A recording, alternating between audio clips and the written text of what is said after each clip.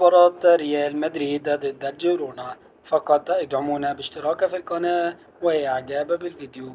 مباراة ريال مدريد ضد جيرونا ضمن منافسات الجولة الثامنة من الدوري الأسباني، تنطلق صافرة البداية في تمام الساعة 7:30 مساء بتوقيت مصر والسعودية. أما بالنسبة لتشكيل ريال مدريد المتوقع كما هو موضح أمامكم الآن: